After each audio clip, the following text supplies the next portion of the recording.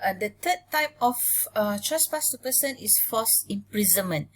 In terms de la ley, if I'm not mistaken, this is French term for in legal terms or in law terms. False imprisonment is defined as restriction of a person's freedom of movement. So basically, the person restrained is imprisoned, quote unquote, meaning he's not free to move from one place to another place according to his wishes. So basically, what is false imprisonment? It is an unlawful imposition of restraint upon another person's freedom of movement from a particular place. So basically, it is a infliction of bodily restraint which is not expressly or impliedly authorized by law. Now, if you see assault has 4 elements, battery has also 4 elements in order to prove liability of defendant. Now, for false imprisonment, you only need to prove 3 elements. Okay, the first element is intention. Second element is the restraint must be the direct consequences of the defendant's act, and the restraint must be complete. So what does it mean by intention? Again, okay, there should be an intention of the defendant to restrain the plaintiff from moving from his place, or it's not really an actual imprisonment, not to say that you are being locked in a room. It is enough if the person is deprived of his liberty. However, short here means within even though in a short period of time. Okay, so he may be unlawfully arrested or unlawfully prevented from leaving the place. So basically, defendant must have committed the restraint on the plaintiff intentionally. He must have the intention to stop the plaintiff from going elsewhere. Okay, defendant must intend to then act which directly result in the confinement of the plaintiff. Now, as usual, you need a case to support your argument. Now, if you look at case Elphinstone and Leland Sang, when we talk about intention of defendant, it should not be out of negligence. We have discussed it earlier on. Nothing comes if it's negligence, if it's unintentional, it's negligence. It doesn't fall under battery or assault. So, false imprisonment cannot be established through a negligence. The intention of the doer is a prerequisite. So basically, you need to prove intention of the defendant. Okay. Now, if you look at the second element, restraint must be direct consequence of the defendant's act. So only the person who directly causes the confinement may successfully sue for false imprisonment. Okay. So basically, that particular defendant may be liable because he himself confined or imprisoned the plaintiff, or he instigate another person to confine. So basically, there's 2 methods here. Either the defendant himself stop the plaintiff from leaving, or through another person. The best case to look at is the Hannan and Bond. If you look at this case, this particular plaintiff, he lived in asylum run by defendant number 2.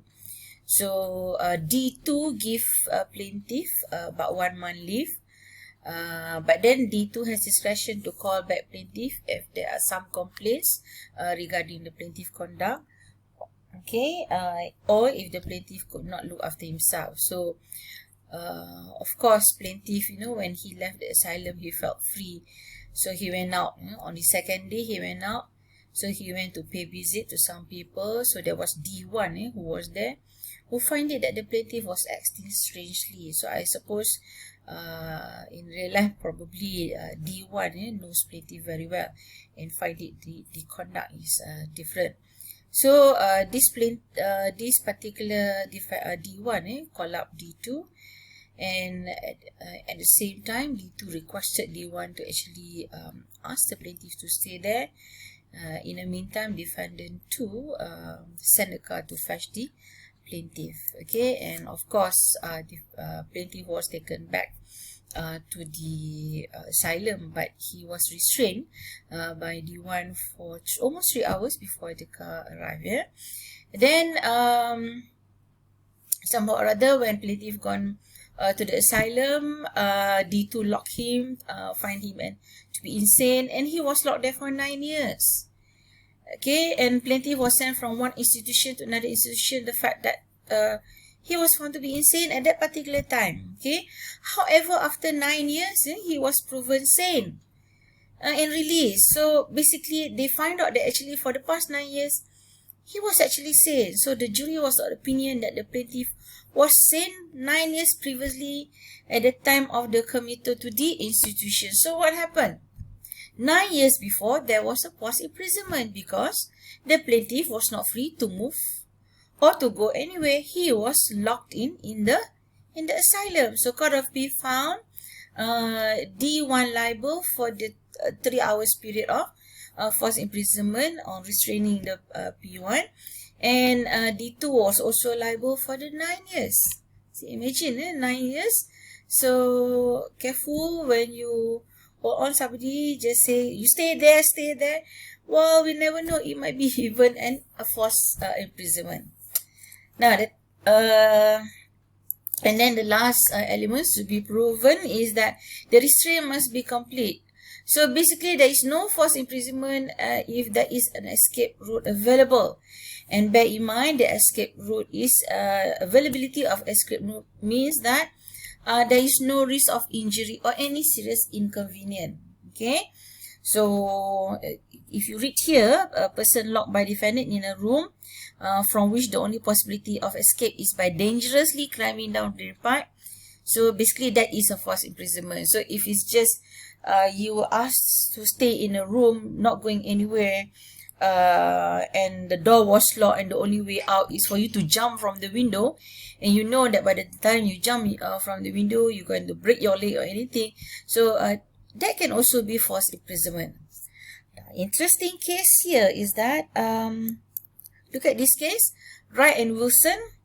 Now the court says that no false imprisonment when they said that plaintiff could have escaped from his confinement.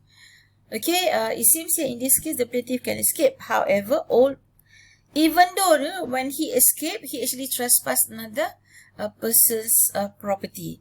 So when you are stopped from leaving, you're confined to a place when there is an escape route available, even though trespassing other people's land, there would not be any false imprisonment.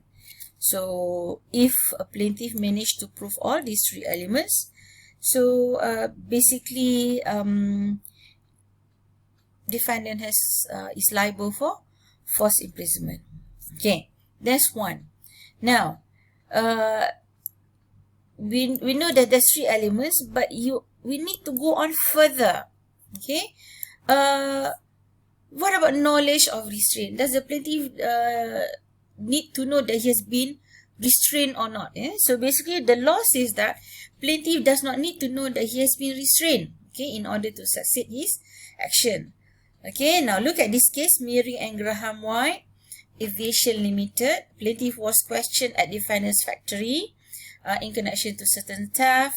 Okay, and this particular plaintiff, while waiting in the office, he did not know there were 2 police officers waiting outside. And this particular police officers waiting, they have the intention of stopping the plaintiff from leaving. So basically, it's clear cut that there was false imprisonment. And another case, interesting case, Bird and Jones. There was a regatta. So what is regatta? It's something like boat race. There are a lot of boat races in UK whereby there's canoe and then people race. So there was a regatta, and a part of the bridge was appropriated for seats. I believe there are about 2, 3 or probably there's 1 bridge. Okay, and or maybe there's another bridge as well. So they take one of the bridges and put appropriate seats. They put probably some chairs there. So plaintiff insisted on passing along that part, where the seats were placed. And then defendant stopped him and told him that he should take another route in order to proceed to the other side of the bridge. But then plaintiff refused and remained there for half an hour. Plaintiff take up the matter to the court and claimed that defendant has falsely imprisoned him. So the court says that there was no false imprisonment because the restraint was not complete. Why? Okay, because there was some routes available. Okay, so the principle is that when there is a reasonable way out, it must be used by the plaintiff, and the plaintiff cannot in those circumstances claim that his liberty has been restrained. Okay. Okay, when you manage to sue defendant for either assault or battery or even for false imprisonment, so basically the defendant perhaps could have some defenses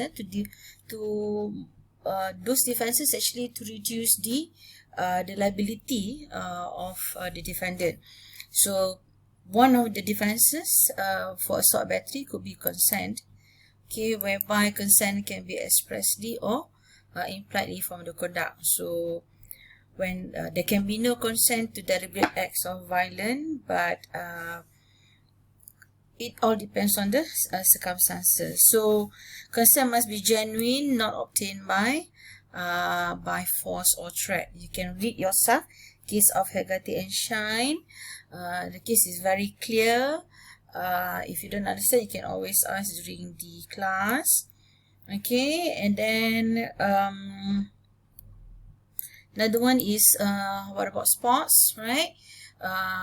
If you play in sports, you somehow or other you should have consent to some reasonable degree of physical contact, to which there is a risk of unintentionally injured. So if you look at the case of Paland and Stadium, the court held that boxers agree to violent bodily typical of the sport. So of course there will be violent, but not a deliberate foul play. So depends on the degree of the consent being given.